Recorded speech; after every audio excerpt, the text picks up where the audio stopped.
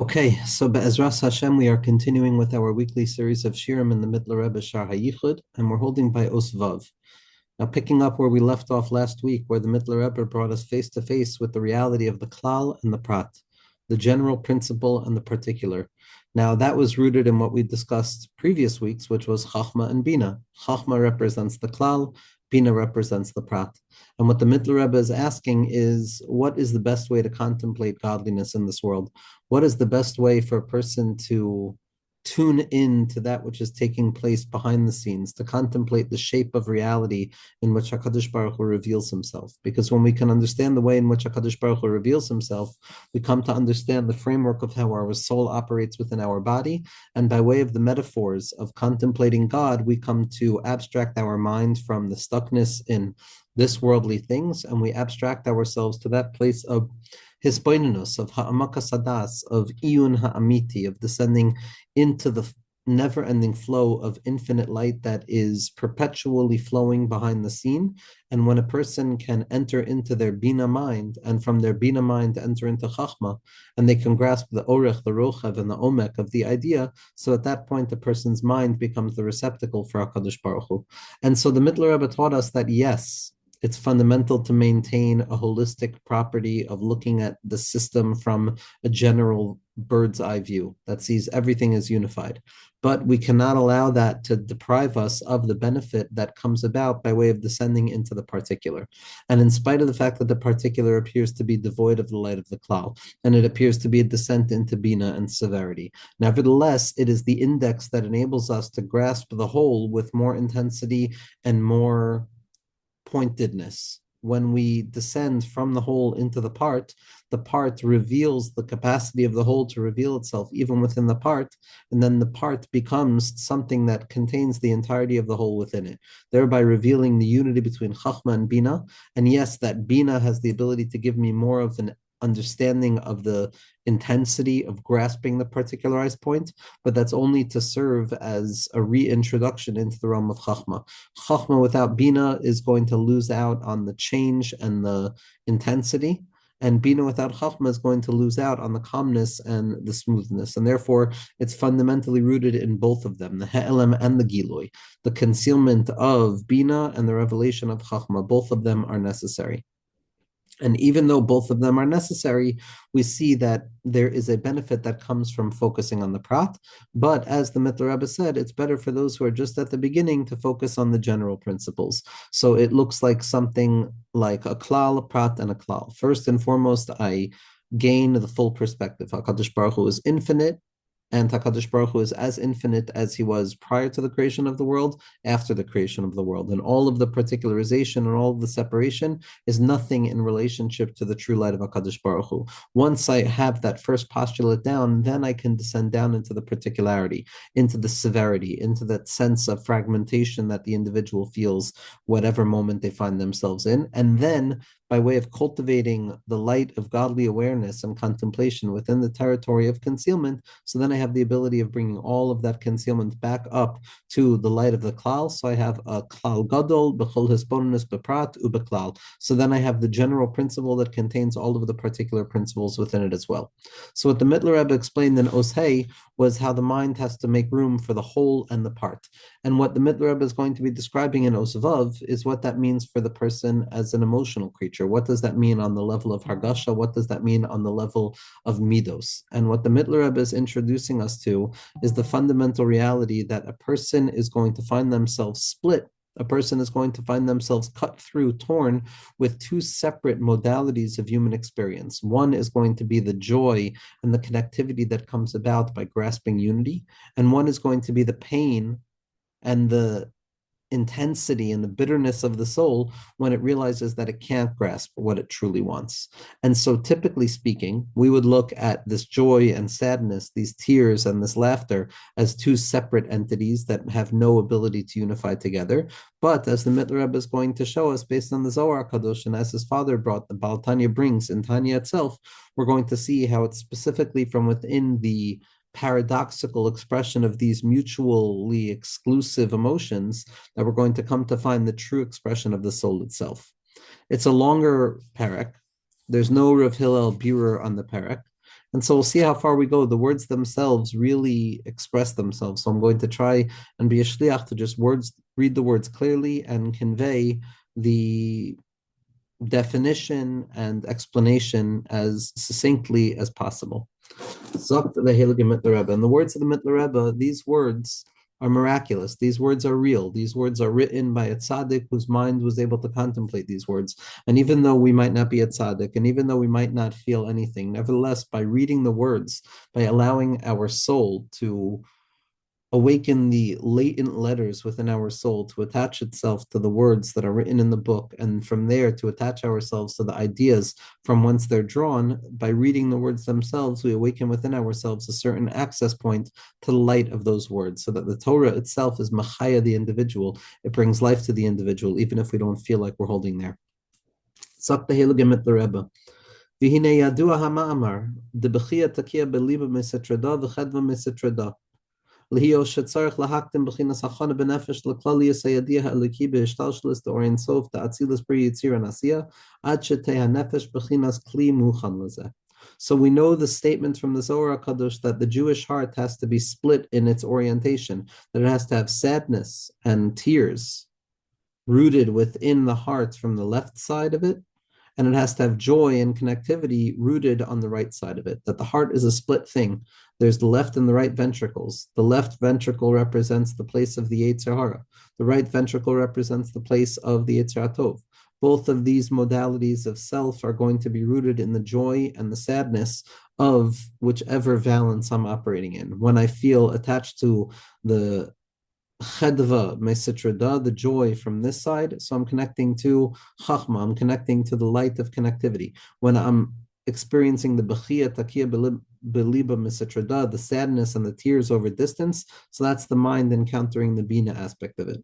All of this is necessary in order to prepare the proper preparations within the soul so that it can come to contemplate the general contemplations that we have to contemplate, and to draw down godly knowledge into our minds of how to understand how Hashem draws his light from the infinite down through all of the gradations of the worlds of separation, in order to properly become a place that can hold this sugya of the whole and the part operating together. So we first and foremost have to open ourselves up to feeling those two things, which are going to be bechia and chedva, sadness and tears, and joy and laughter. V'zeh eino ela al yedei emtzaus beis hadvarim halalu de bechia v'chedva, gam shehin beis hafachim, hare ba'im ke'echad mamish, mehisbonenus achas dafka. Even though the sadness and the joy, the tears and the laughter appear to be two separate oppositional things, nevertheless, they both have to come about and be expressed within the mind of the individual at the very same moment, simultaneously, literally, as a result of one element of contemplation. Meaning to say, we might think that sometimes I contemplate something that causes me sadness, and sometimes I contemplate something that causes me joy. But what the Mittler Rebbe is saying is that within each and every point of hisbonenus, within each and every point of contemplation, I am encountering both elements of that emotional balance. I'm experiencing the connectivity that brings me joy, and I'm also experiencing the distance that brings me a certain sense of sadness. They're emergent from a singular postulate within the mind.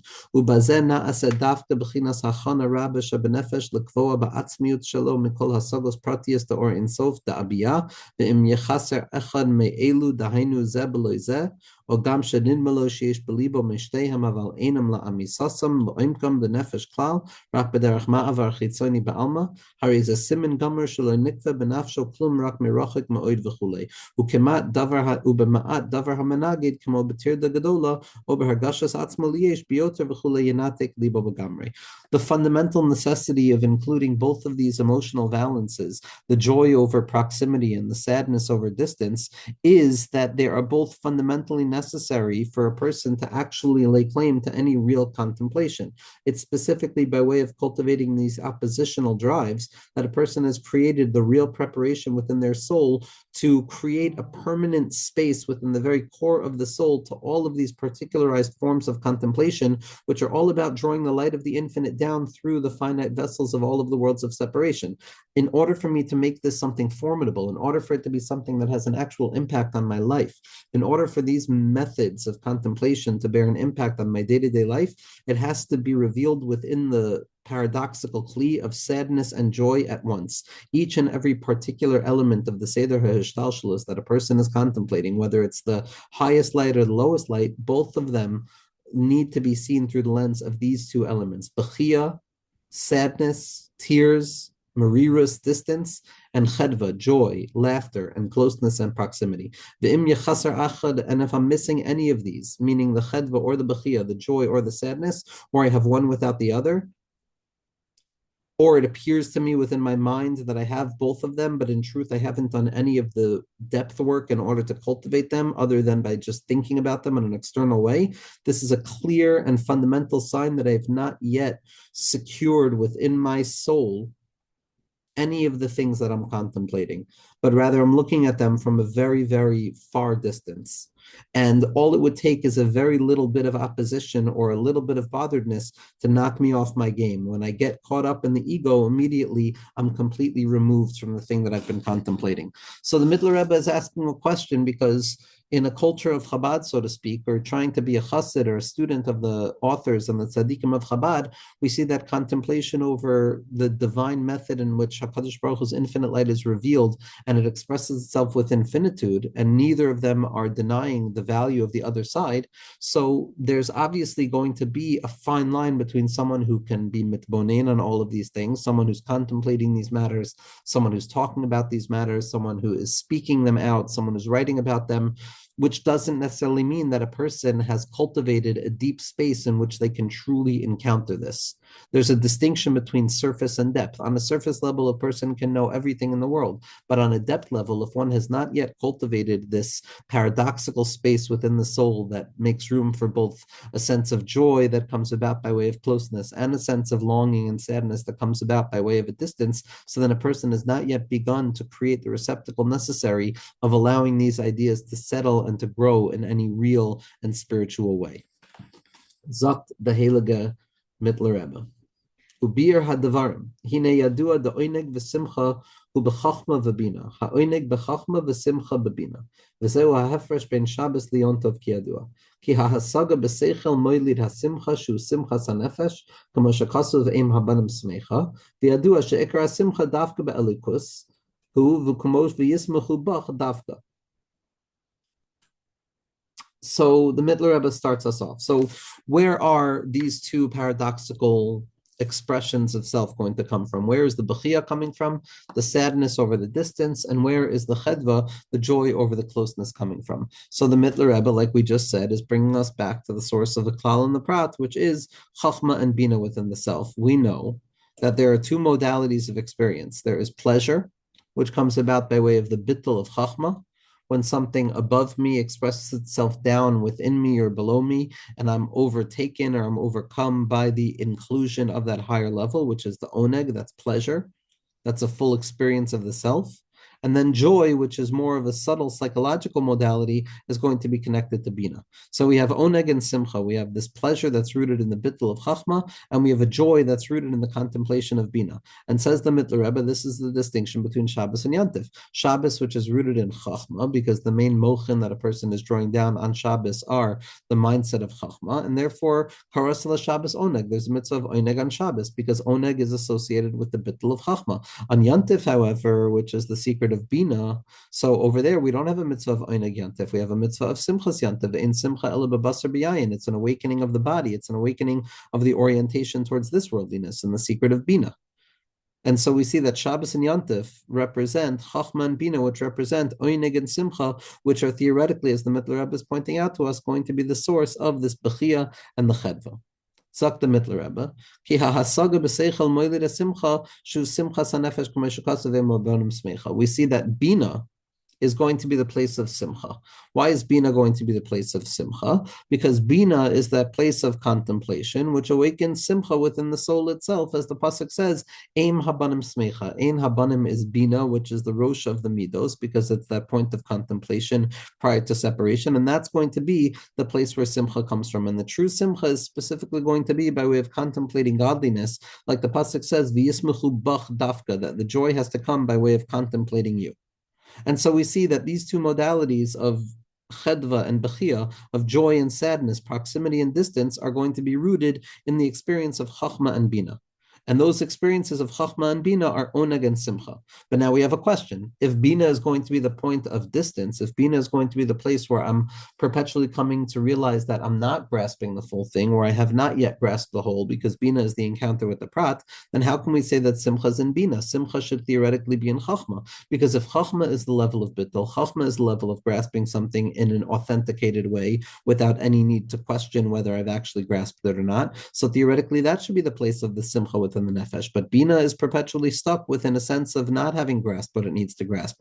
And it's difficult to understand why it's from there that Simcha is going to come from. Because Yadua she'ikra ha-simcha dafka be'elikus. We know that the true source of Simcha comes from grasping elikus. Like the Pasuk says, v'yismechu b'cha dafka. U'lefi ha-nizkar la'el. But based on what we said earlier, the Bahasaga leis machshava tvisabei adraba mufla bahafla sa'erech hanivda v'chulei hainu b'chinas kayach ma dechachma b'ha'elem k'niskaleel v'im kein nahapachu she'in hasimcha b'mehuso k'miach shemasig ein ze amisaso mehuso rak b'chinas simsumo lahavos hamasave v'chulei u'b'chachma b'chinas ha'ayin k'niskaleel sham ra'y lo yos simcha k'mo she'amar v'yismechu bach ve'eno ken kiyadua. The bittul hepach hasimcha, the chachma dafka v'asimcha bebina. So the Mittler Rebbe is asking the question we just asked. If we just said that true simcha comes about by way of grasping something, so then we're going to have a difficult time in ascribing that simcha to a place of bina. Why? Because we know that any contemplation by way of bina, which is the world of the machshava, there's a cloud that leis machshava tvisabe. That in truth, when it comes to contemplating closeness, we're always going to be coming back to the same postulate, which is that my mind cannot grasp anything at all. And instead of sensing a close of proximity, what I'm going to feel more intensely is that wondrous sense of distance and the radical separation that separates me and the object that I'm trying to contemplate, which is HaKadosh Baruch Hu. And what's really being revealed when the mind tries to grasp godliness is the koyach mad, the chachma. It's the secret of the nothingness of chachma, which is the ability to negate my mind when I realize that I can't grasp something. And therefore, it would seem that the opposite should be true, that simcha should not be found in Bina, because Bina is the impossibility of grasping the essence, and Simcha is rooted in grasping the essence. So how could it be that specifically in the place of not grasping the essence, we should find joy over grasping the essence? Because if I'm grasping it, then it's not the truthful fundamental expression of it. It's not the essence of it. If I'm grasping God, if I'm able to lay claim to language of God or the domestication of God, so then by definition, I'm no longer holding by the essential thing in and of itself that is devoid of grasp. Memela, if I can contemplate it, if I can think about it on the level of Bina, then by definition, it is not the truthful essence of that thing, nor is it the essential depth of that thing, but rather it's the concealment of that thing. It's the tzimtzum of that thing. Lahavos hamatava, to enable the emergence of being itself. And so if Bina is always already going to be the recognition that I don't have what I think I'm trying to find, which would theoretically be the birthplace of Simcha, so then why should Bina, which is the perpetual failure of that grasp, the place where we're going to encounter Simcha? Because if I'm grasping it, that's not its essence.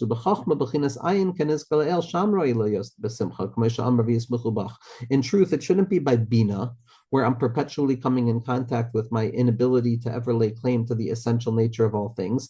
It shouldn't be there that I find Simcha, but rather it should be in the level of the Bittul of Chachma, where I perhaps have the ability to sense Simcha. But but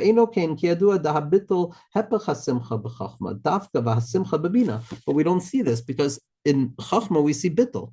Chachma is not grasp. Chachma is absolute bittul. That's not simcha. Simcha comes about by way of the desire for wholeness. Simcha, as the Maharal says, is the experience of wholeness. But we know that we can't experience wholeness, and therefore simcha, bina, seems to be the perpetual quest after a wholeness that cannot be grasped. And so theoretically, the joy that comes about by the grasp of wholeness should be expressed in chachma, because there's bittul, and through bittul, at least I can have a hitznoitzitz of the true thing itself, devoid of any contemplation, but rather just that baraka mavrik that descends into my mind like a thunderbolt, and it should be that place that I experience simcha, which is a momentary grasp of the thing itself, not by bina, which is the recognition that I can't grasp it.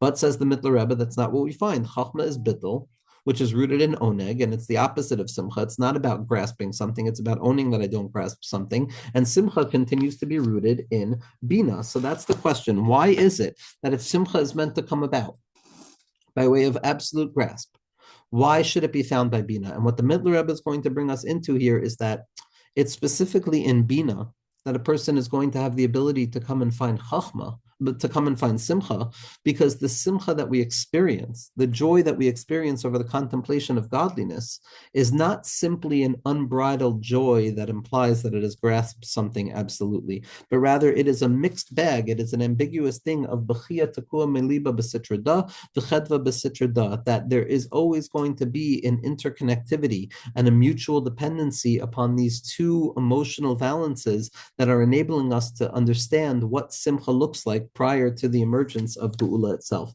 And it's going to be specifically in Bina itself that we encounter that.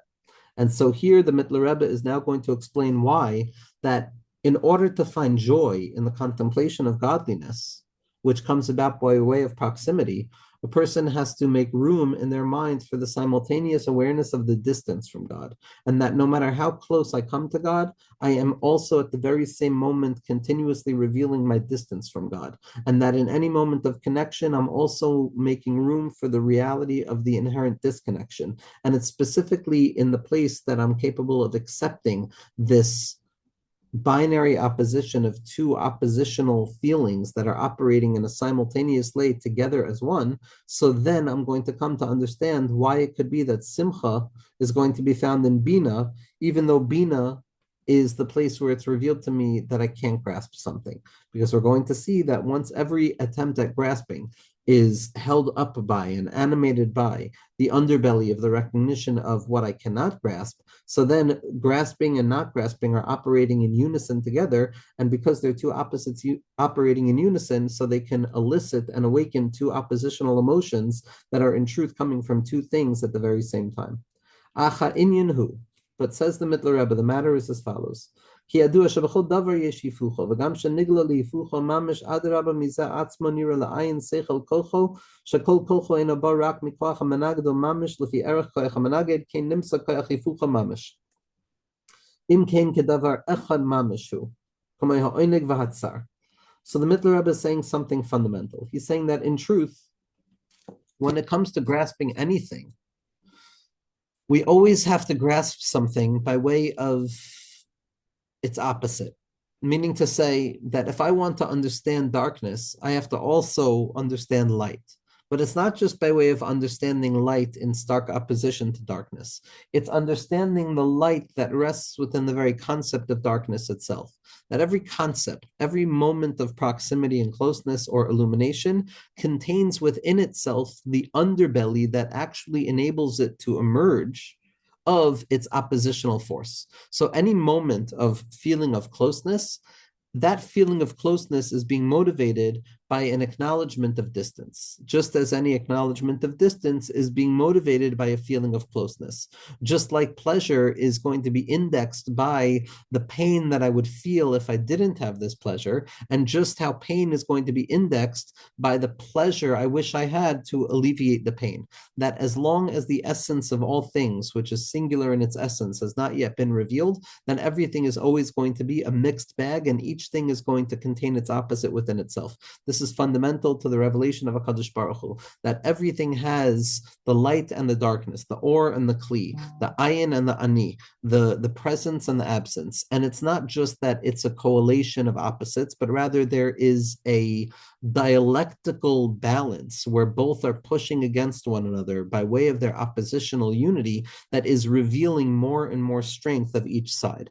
And so when we're contemplating joy and we make room for sadness as well, that sadness is not some secondary experience that's separate from the experience of joy, but hidden within the very fabric of the experience of joy. In fact, enabling the experience of joy itself is my fundamental awareness at the very same moment of what the opposite of joy is, which is sadness, which is marirus. And every moment of awareness over marirus and a repelling away from marirus, I am simultaneously adding onto my joy. So the secret unity that is hidden within each and everything is that the opposite is always giving shape to the opposite that is being revealed.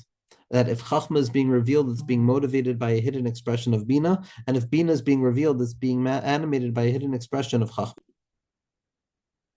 And so this is what the Mittler Rebbe says. He says that simply it's known that each and everything contains its opposite within itself. And even though it's being revealed as the opposite of that thing we're claiming is there, nevertheless, the opposite is true, that it's specifically by dint of the fact that we are seeing one side of something being revealed, that we can intuit the fact that the only way that it can be revealed is the fact that its oppositional force is in the process of revealing itself at the very heart of this expression. And in accordance with the intensification of the opposition is going to be the growth and the revelation of that thing that is being opposed. They emerge as a singular thing, that every positive assertion is fundamentally being driven by assertions of negation that are motivating it, creating a friction for that revelation, just how every level of affirmation is being motivated by the awareness of negation. Joy is measured and increased by the awareness of the opposite of joy that I would feel if I didn't have this. And therefore, both emotional valences are contained within the singular expression. Just like pleasure and pain. That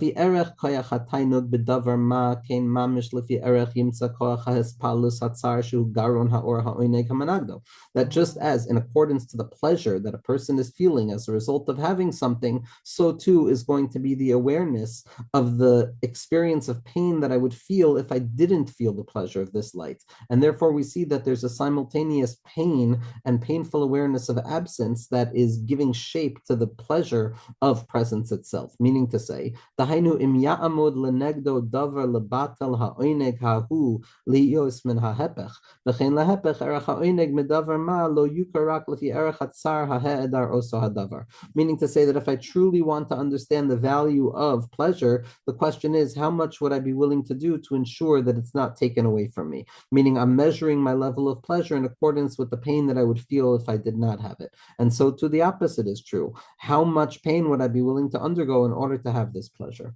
Both are revealing their opposite. Hari koach echad hu mamish. So we see that the pleasure and the pain, the having and the not having, the yes and the no, are both intertwined together, where each and every expression is being motivated by the opposite expression, like protons and neutrons. Rak shenechlak lebeis kavin shavin mamish v'shkulin biltayita koach kav echad al habeis afilu kekutza shel yud.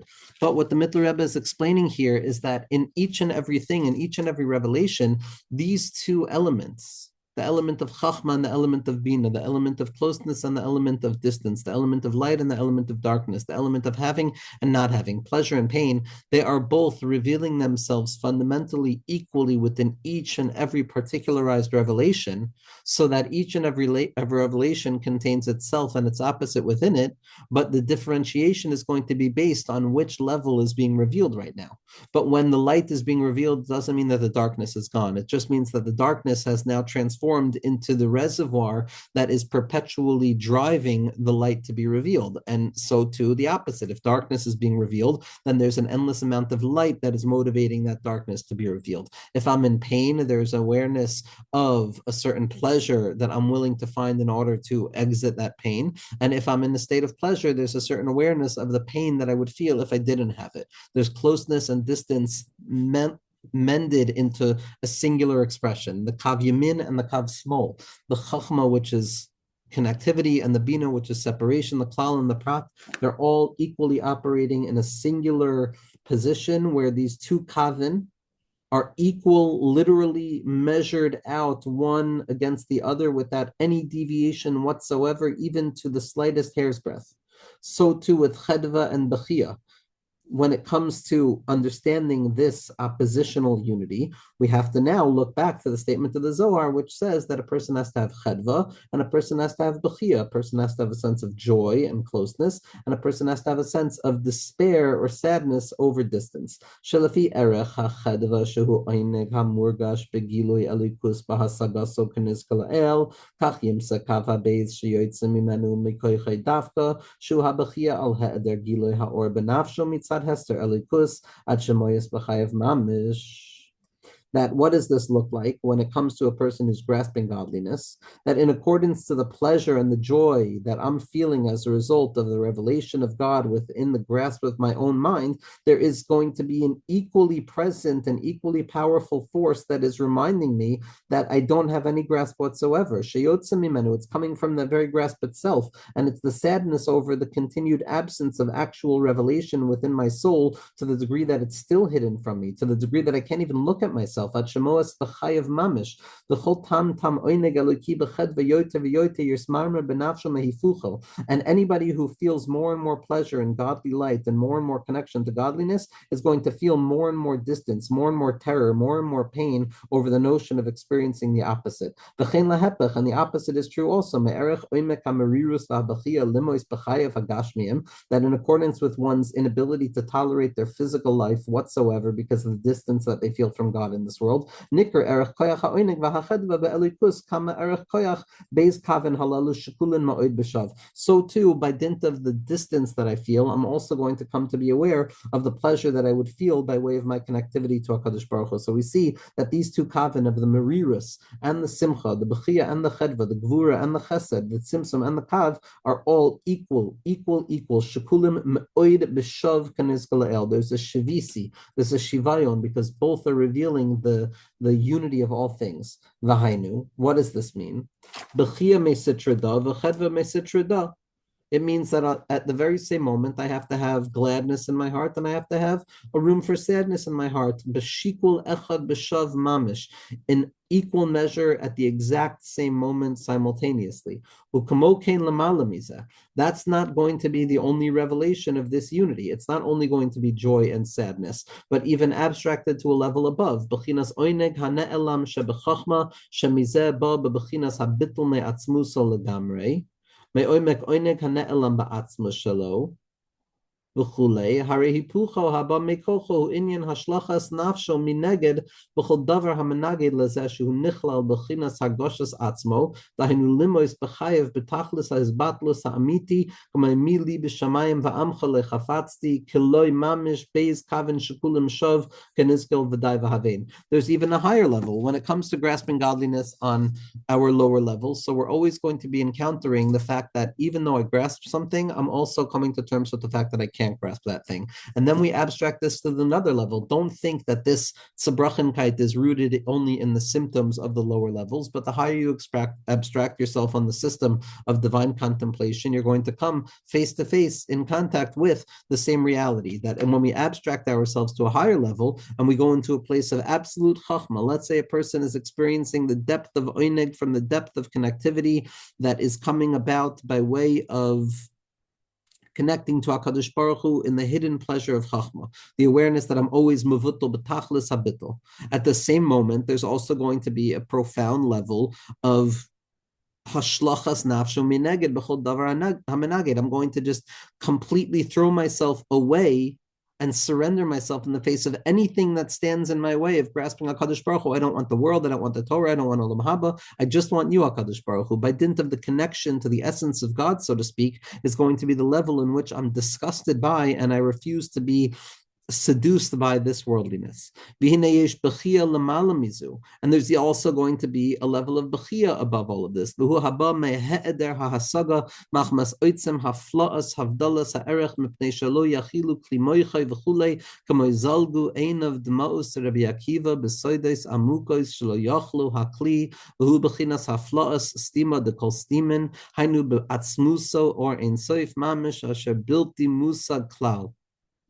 Adirabba, kol sheyamik yote yifla kanal shemized dafka libo dog bekirbo boiche sheino ba rak me oitzam atainug v'hatshuka lahasig ve'ino yochol. And we're also going to see a profound level of tears that comes from a higher level, not simply tears over distance, but tears like we spoke about in the Shaar on the Tzafed Tzniusa, tears that are rooted in a grasping of distance in a positive way. It's a positive assertion of my inability to grasp rather than a negative assertion about my inability to grasp. The lower level of tears emerges from the absence of complete grasp, which comes about by way of the wondrous distance that separates me from the source of what I'm trying to contemplate, because my mind is completely incapable of grasping the greatness of God, just like the eyes of Rabbi Akiva that would pour forth in tears, sobbing tears over the depths of the secrets that he was studying, because the mind could not grasp the depth. And this is not a sadness that's rooted in an emotional distance, but it's a sadness that's rooted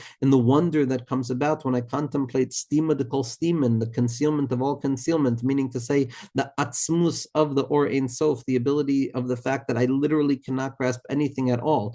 Adrabah, the more I deepen my grasp, more and more, the more wondrous the distance of God becomes to me, to the degree that my heart is going to be worried and sobbing within itself, that's coming about as the result of the depth of pleasure and the yearning towards that pleasure that I'm seeking out, that I simply cannot find. V'yadua shazehu ikar b'chinas hakli lebechinas hachachma derazin da'iraisa. And we know that this sense of tzibrochenkait and this sense of wanting but not being satisfied, wanting but not being satisfied, yearning, yearning, yearning, is the essential vessel through which we draw down the lights of chachma in terms of the secrets of Torah, as is written elsewhere in Kuntra says Pa'alus, with regards to the statement of Chazal that the secrets of Torah are not conveyed to anybody other than one who is anxious within their own hearts, which is a statement that the Mittler Rebbe says in the name of his father, in the name of his father's Rebbe, the Maggid of Mezrich, the Ein Moisen Maisa Merkava Elamish Liba Doig Bekirbo, as Chazal say that we only convey the secrets of Torah to someone whose heart is worried within them. That Ef Shar Lahavin is Razin, the Araisa Amkan Ula Amisasam. That there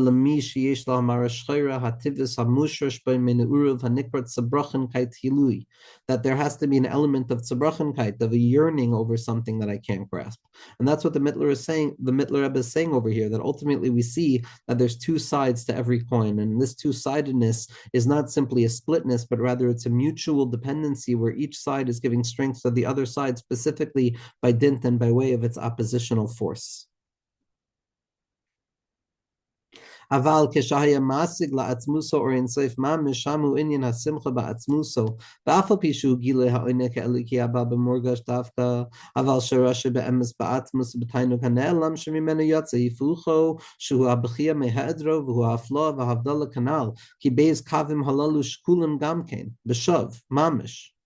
And in accordance with this level of Rabbi Akiva's tzabrachenkait and the pain over the distance, is also going to be a joy that comes about from the essence of godliness. Now, it's not going to be a joy that comes from grasping the essence of godliness, because we just said that you can't grasp the essence of godliness. And if it's coming into a felt sense, then by definition, it's not the essence. But nevertheless, the joy that comes from there is the fact that it's rooted in a true source, that I'm yearning towards the essence of God, so to speak, and that the pain is coming about by the desire that I have for the true pleasure that theoretically I would grasp if I were able to grasp God. And so we see that the bechia that comes about from the absolute absence of my ability to grasp anything, like Rabbi Akiva, is coming about and rooted in a profound sense of connectivity as well.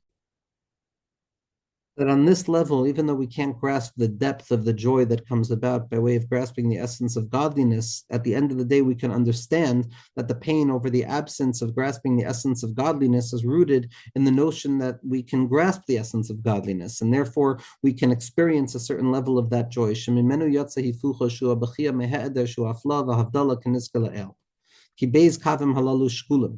Because these two lines are equal. They're completely equal. Shav, mamish. And l'shvi erech koyach oitzim v'goydol hatainug shahaya metanig ba'atzmos davka k'shaya masigo mamish kach yimsa koyach yifucho shu abachia ha'amuka k'shalo yechilu kli moichoy lahasig k'nizka la'el v'day l'meven.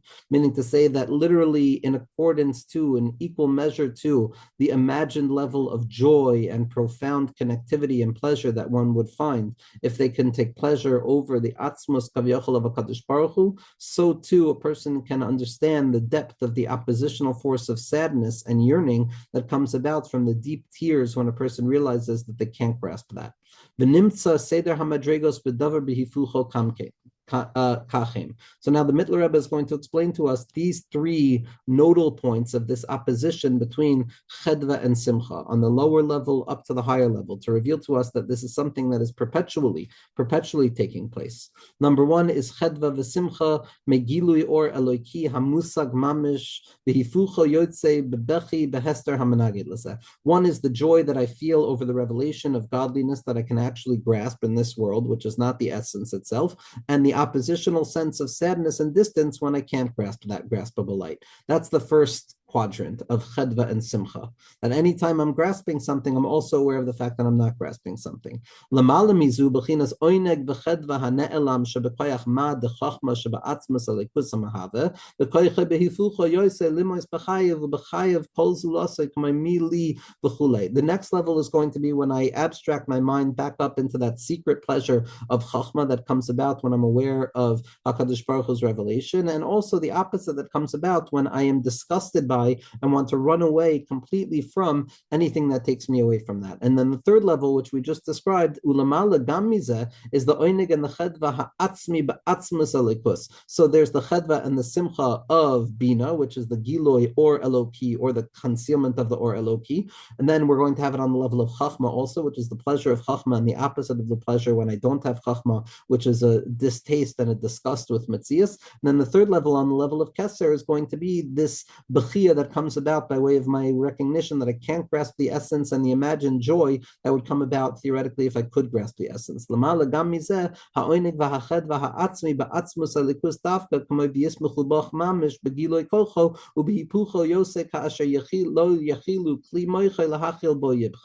on the third highest level, it's the desire to grasp the essence, and also the depth of tears that come about, like Rabbi Akiva, when I realize that I cannot have that essence.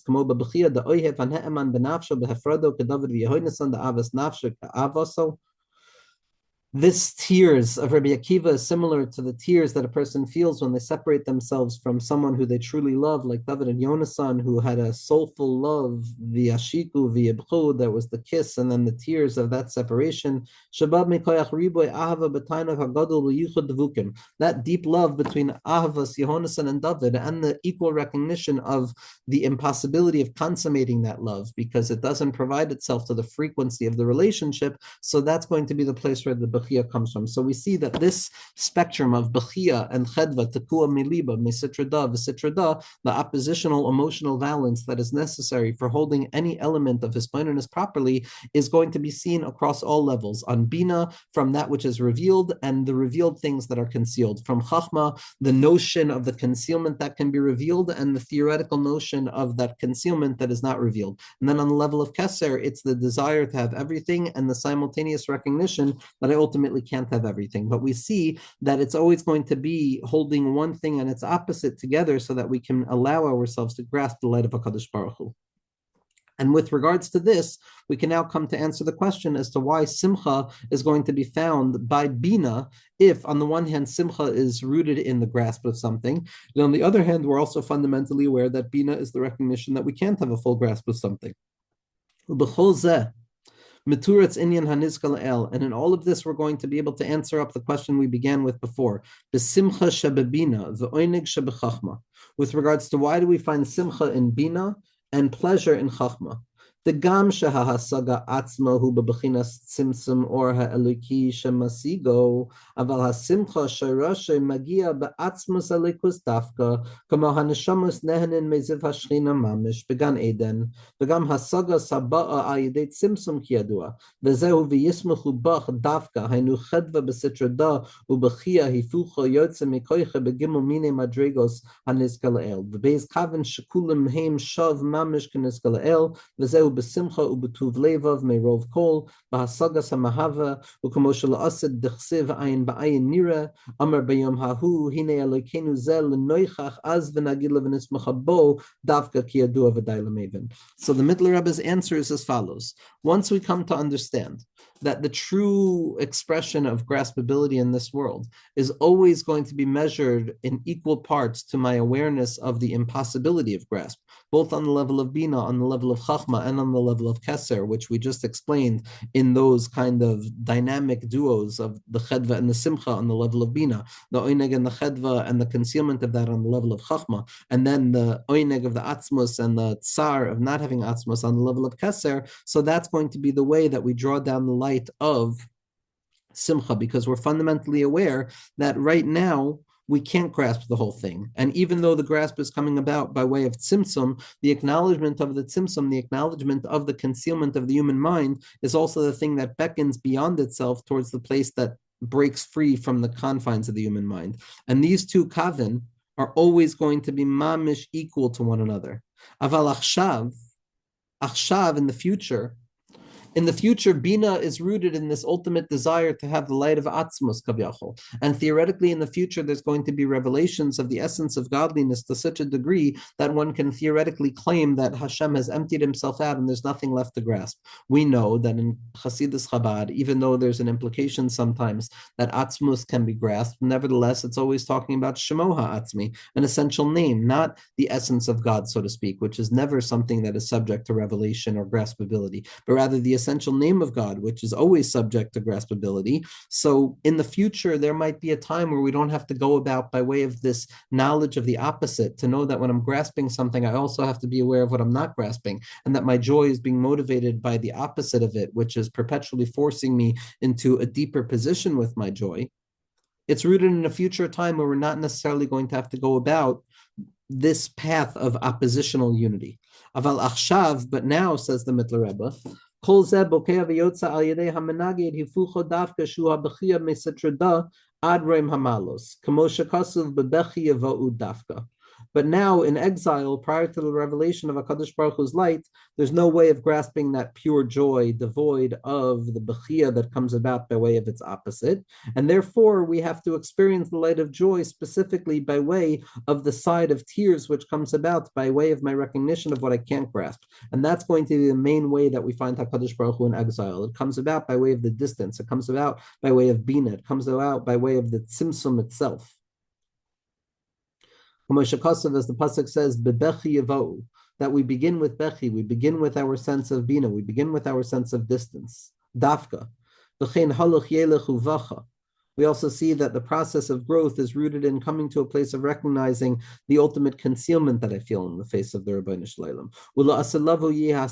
And in the future, the laughter is going to emerge when all of that concealment is going to have been revealed, to have always already been part and parcel of the connectivity.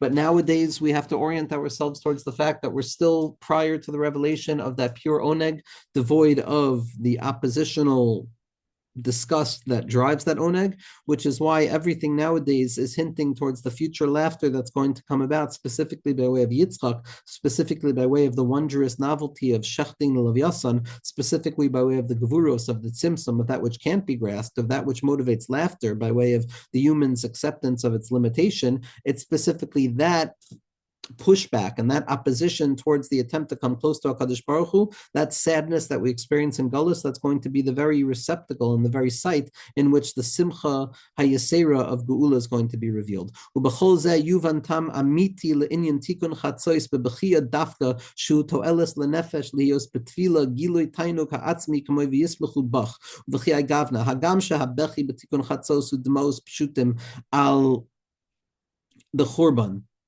and v'chi hagavna.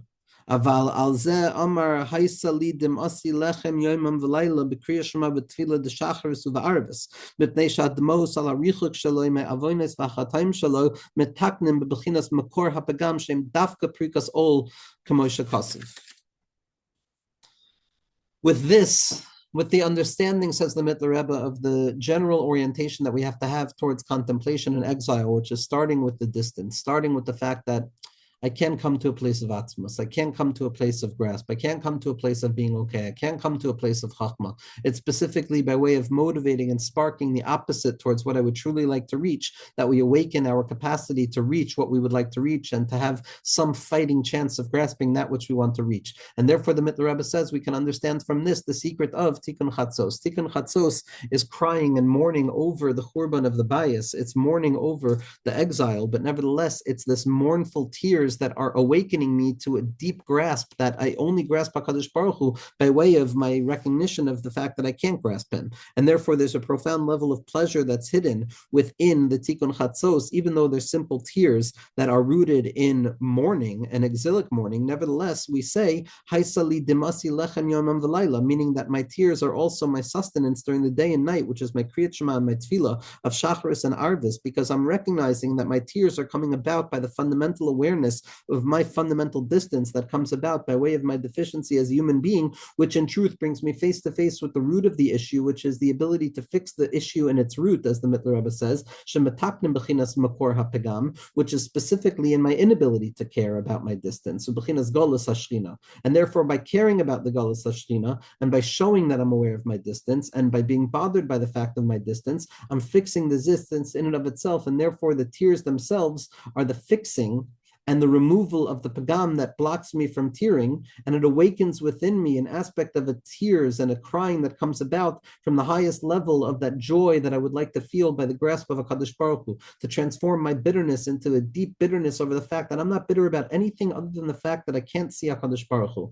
Lahayir benafsho elikus b'kriyat shema b'tefillah. And with that awareness, I can then draw down the light of God into my tefillah, into my kriyat shema. Ki le'osmam mishkamei lechem lenafsho, the tears over the distance, the tears over the inability, the tears over the feeling of never finding that satisfaction is in fact what's going to propel me to take pleasure in those tears, because at least I'm bothered by the fact that I can't find satisfaction. The opposite of this sense of distance and connection by way of distance is simply joy and happiness over my lot without actually contemplating where I stand in this world. As if I don't care whatsoever. As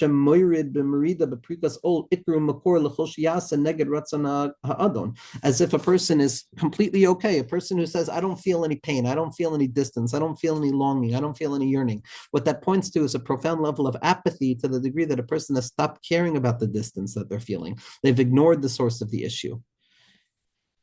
והנה על זה אמר איבלים מדרך פישם שוים אלו המורדים בפריקס אויל גם שיתענו מאבנויסכם Ma yoel ki kol eichel de chachma hanal tetaiv nafsham hepech ha'oneg shechaya tichya lenafsho. This is the issue with prikas ol. This is the issue with apathy, that it feels like I don't feel anything. It feels like I don't feel any distance, but nevertheless, that lack of distance, that lack of yearning is rooted in the fact that I've stopped caring. I've completely relinquished the ol, and nothing is going to awaken me. That a person has come to the gates of death itself, simcha v'atoiv leiv ba'oinek ha'atzmi hanal v'hifucho maves v'ra b'prikas ol v'dmos b'tikun chatzos dafku ikar ha'achana b'nafshel yos b'tfila kol inyan hanal b'gimel madrigos b'bechinas I have to open myself up first and foremost by opening myself up to the awareness of the distance on all of the levels. On Bina, Chachma, and Kesser, I have to be aware of the bechia of the sadness and the distance that I feel, which enables me to awaken myself to the closeness that is available to me. And the person has to take great care not to trick themselves into one of these positions, either distance and tears or joy about closeness. Or that I'm not actually being honest about them or allowing them to be revealed on the deepest level. That's a clear sign that a person has not had the light of God shine on their soul except by way of a great distance. Like the secret of the concealment of the Shekhinah within the heart of each and every Yid from Eretz Yisrael.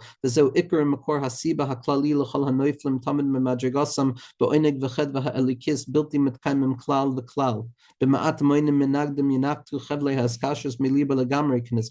And this, generally speaking, is the general reason for the falling that a person feels when they feel a certain sense of pleasure or distance in their godly relationship. But in the end of the day, they fall away from it very quickly, and even the slightest opposition comes and severs them from their connection in their heart completely, because they haven't started the real position of taking ownership over the distance. And that's the secret of Ivlim B'derech Pisham, that we have to bring people back even onto the path of being aware that they're not on the path. That the Hastara Shabatoch Hastara is so numbing that a person is not even aware of the Hastara.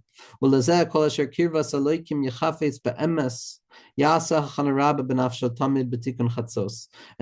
Shulchan Aruch brings down at the very beginning someone who truly wants to awaken and prepare their soul to be the receptacle to the light of godliness, which by definition takes shape across the spectrum of distance and closeness at once, according to each of the gradations that it's expressed on Bina, Chachma, and Keser, and not to allow my soul to fall into apathy, God forbid.